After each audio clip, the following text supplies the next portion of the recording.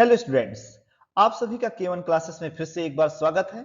अब हम लोग थर्मोडायनामिक्स का अगला लेक्चर पढ़ेंगे, यानी अगला लेक्चर लेके हम आए हैं आप लोगों के लिए। और जो न्यूमेरिकल आपका हुआ था वहीं से हम लोग फिर से कंटिन्यू करेंगे और उसी न्यूमेरिकल से स्टार्ट करेंगे स्टूडेंट। तो आपके सामने ये न्यूमेरिकल जो हम लोग पिछले क्लास में पढ़े थे, एक बार फिर से आपको रिवाइंड करा दूं जिससे आपको ध्यान में आ जाए कि ये क्लास यहीं तक हुई थी। A system expand from 5 liter to 10 liter against a constant in pressure of 2 atm if it absorbed 800 joule of heat during the process calculate internal energy। यहाँ पे हमें इंटरनल एनर्जी निकालना है यानी डेल्टा यू, और डेल्टा यू का formula होता है Q प्लस डब्ल्यू। तो स्टूडेंट हमारे पास Q तो 800 जूल दिया गया है, लेकिन मेरे पास W नहीं है, तो W को हम लोग कैलकुलेट करेंगे। W का formula minus P external into delta V यानी कि B2 माइनस B1 होता है। अब हमारे पास गिवन है क्या, पी एक्सटर्नल। पी एक्सटर्नल कितना दिया है, 2 एटीएम।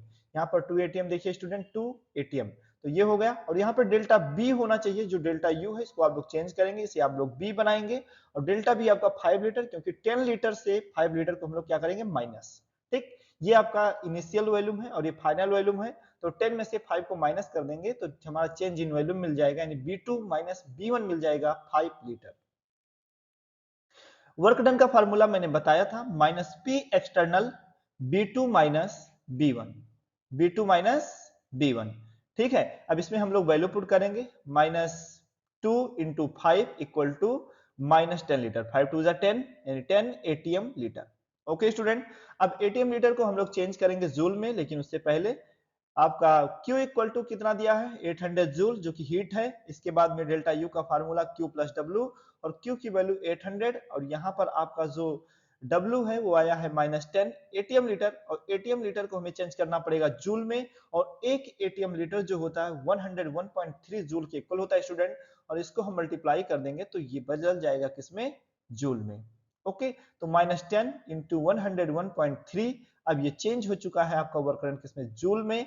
और इसके बाद इसको हम लोग कैलकुलेट करेंगे। कैलकुलेट करने के बाद में ये आपका आ जाएगा, जब 10 का इसमें मल्टीप्लाई करेंगे तो पॉइंट हटेगा और ये आएगा 1013। और 1013 से 800 को माइनस करेंगे तो ये माइनस में आंसर आपका आ जाएगा क्या, 213 जूल। तो आपको आई होप समझ में आया होगा ये न्यूमेरिकल। अब हम लोग आगे की न्यूमेरिकल की बात करते हैं। तो देखिए हमारे पास अगला न्यूमेरिकल क्या है, for a system undergoing a process in which internal energy 300 joule. Internal energy यानी कि डेल्टा यू दिया है जूल में 300 joule, and it absorb 400 joule of heat. 400 joule of heat का मतलब हो गया आपका 400 जूल हीट दिया है, यानी क्यू दिया गया है। अंडरगोइंग एक्सपेंशन अगेंस्ट 0.5 बार। ठीक है, ये बार में दिया गया है। कैलकुलेट चेंज इन वॉल्यूम, यानी यहाँ पे हमें क्या निकालना है, डेल्टा बी निकालना है लीटर में स्टूडेंट। तो आइए शुरू करते हैं। तो delta U equal to Q plus W formula होता है स्टूडेंट। तो ठीक है, वैल्यू को पुटअप करते हैं।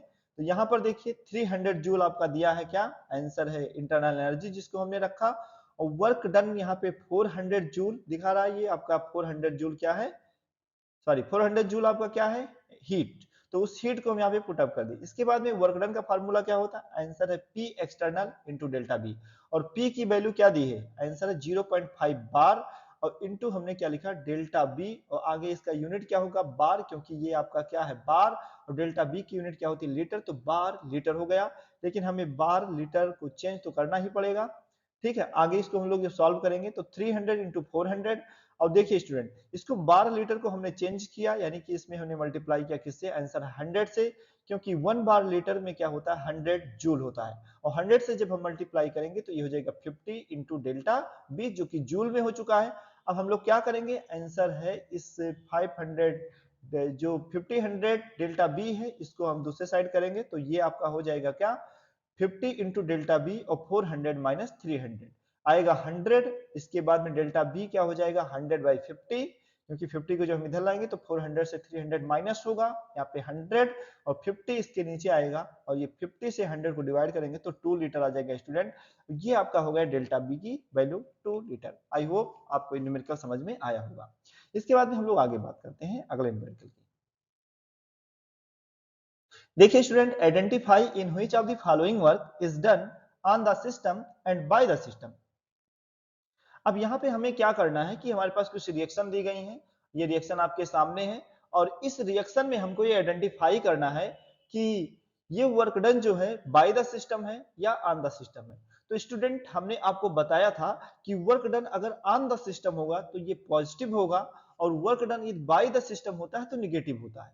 अब इसी के उपलक्ष्य में हम लोग इसको पढ़ेंगे। देखिए सबसे पहला देखते हैं, यानी फर्स्ट आपका रिएक्शन है 4NH2 gas plus 7O2 gas 4NO2 plus 6H2O gas. ठीक, देखिए ट्राई कीजिए आप लोग, ये न्यूमेरिकल आपसे हो पाता या नहीं।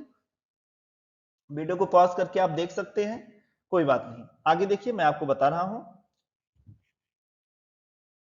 देखिए ये आपका 4NH2 दिया गया है ना, तो यहां पर देखो ये आपका जो NH2 है ये आपका कितना दिया है 4 मोल, और 7O2 का मतलब ये आपका 7 मोल है, तो टोटल मिला के कितना हो गया 11 मोल। तो 11 मोल, और इधर आपका 4NO2 यानी 4 मोल ये है और 6 मोल ये है, तो कुल मिला के क्या होगा 6 और 4 10 मोल, और इधर आपका क्या हो रहा है 11 मोल। तो यहाँ पर स्टूडेंट आपका जो मोल है, नंबर ऑफ मोल्स, वो रिएक्शन के बाद जब मतलब रिएक्टेंट जो था जब वो प्रोडक्ट में बन रहा है तो उसका मोल नंबर ऑफ मोल्स क्या हुआ घट गया, यानी 11 से क्या हो गया है आंसर है 10 हो चुका है। ठीक है, तो यहाँ पर देखिए एक चीज हमने पढ़ा है कि बी जो होता है वॉल्यूम जो होता है नंबर ऑफ मोल्स के डायरेक्टली प्रोपोर्शनल होता है। तो ये हम समझ सकते हैं कि जब मोल कम हो रहा है तो वॉल्यूम भी क्या होगा घट जाएगा, क्योंकि ये डायरेक्टली प्रोपोर्शनल होता है नंबर ऑफ मोल्स किसके वॉल्यूम के। तो नंबर ऑफ मोल्स अगर कम हो रहा है तो वॉल्यूम भी हमारा क्या होगा डिक्रीज कर जाएगा, और वॉल्यूम अगर डिक्रीज हुआ तो स्टूडेंट वॉल्यूम डिक्रीज होने से क्या होगा कंप्रेशन होगा, क्या होगा कंप्रेशन। और जब कंप्रेशन होता है तो हमने बताया था ये वैल्यू जो हमारी होती है कंप्रेशन में स्टूडेंट, ये आपका क्या आती है पॉजिटिव आती है। ठीक है, वॉल्यूम जब भी कभी डिक्रीज होगा तो कंप्रेशन होगा, और वर्क जो हमारा होगा वो कैसा हो, वैल्यू जो आती है हमारा क्या होगा आंसर है वो आपकी वैल्यू पॉजिटिव होगी। और जब वैल्यू पॉजिटिव होती है तो वहां पे हम लोगों ने पढ़ा है कि जब वैल्यू कभी पॉजिटिव हुई तो वर्क डन जो होता है वो ऑन द सिस्टम होता है, और जब निगेटिव आता है तो ये work done by the system होता है स्टूडेंट। दूसरा हम बात करते हैं, यहाँ पर देखिए CO ये आपका 2H2 है गैस में, ये भी गैस में है, और ये किस में चेंज हो जा रहा है आंसर है लिक्विड में हो रहा है। आप इसे मोल से भी कर सकते हैं, यानी कि ये 2 मोल ये कितना है 1 मोल, कुल मिला के 3 मोल, और 3 मोल से क्या हो गया 1 मोल में कन्वर्ट हो गया है।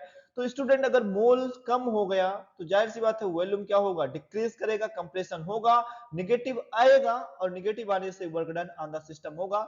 लेकिन एक केस हम और समझ सकते हैं कि ये गैस है, गैस से जब कोई चीज लिक्विड बनती है तो जाहिर सी बात है कि उसका जो वॉल्यूम होगा आंसर है वो क्या हो जाएगा आंसर है डिक्रीज कर जाएगा, क्योंकि लिक्विड बन रहा है। ठीक है, तो दूसरा आपका आंसर भी वही हो जाएगा, volume decreases compression work done on the system. अब हम सी की बात करते हैं, तीसरा H2O जो कि सॉलिड में है, और H2O जो कि लिक्विड में बन गया है।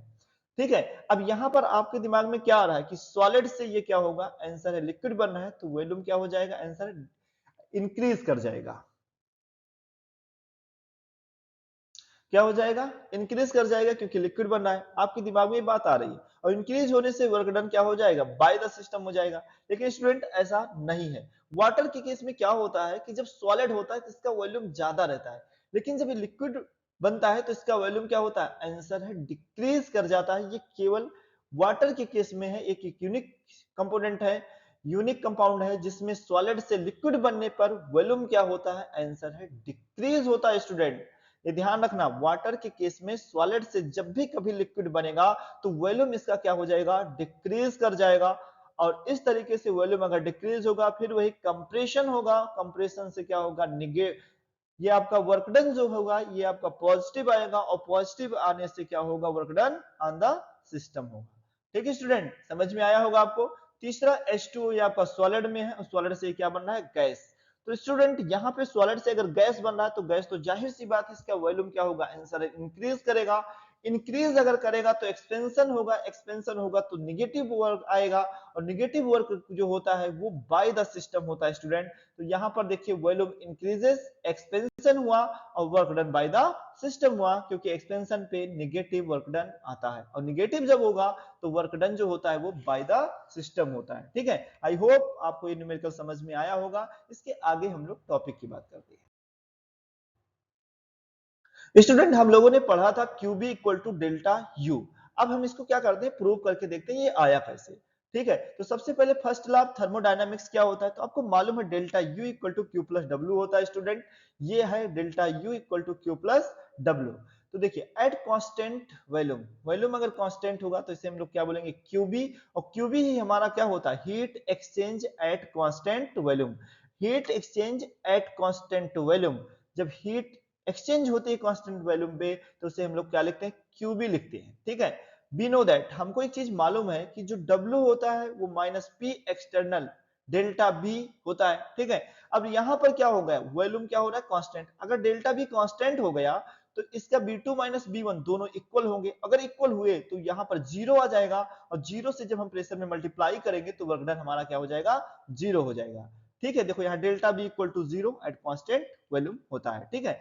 अब देखो एक चीज और यहाँ देन इसके बाद क्या होगा कि वर्क डन अगर जीरो हो गया तो देखो यहाँ पे Q के जगह पे हम QB लिखेंगे और W के जगह पे क्या लिख देंगे जीरो, तो QB equal to delta U क्या हो जाएगा स्टूडेंट प्रूव हो जाएगा। आपको समझ में आ गया होगा कि Q के प्लेस पे हमें क्या लिखना है QB, और W के प्लेस पे हमें क्या लिखना है जीरो, तो यहाँ पे केवल बचेगा QB equal to delta U, जो delta U equal to QB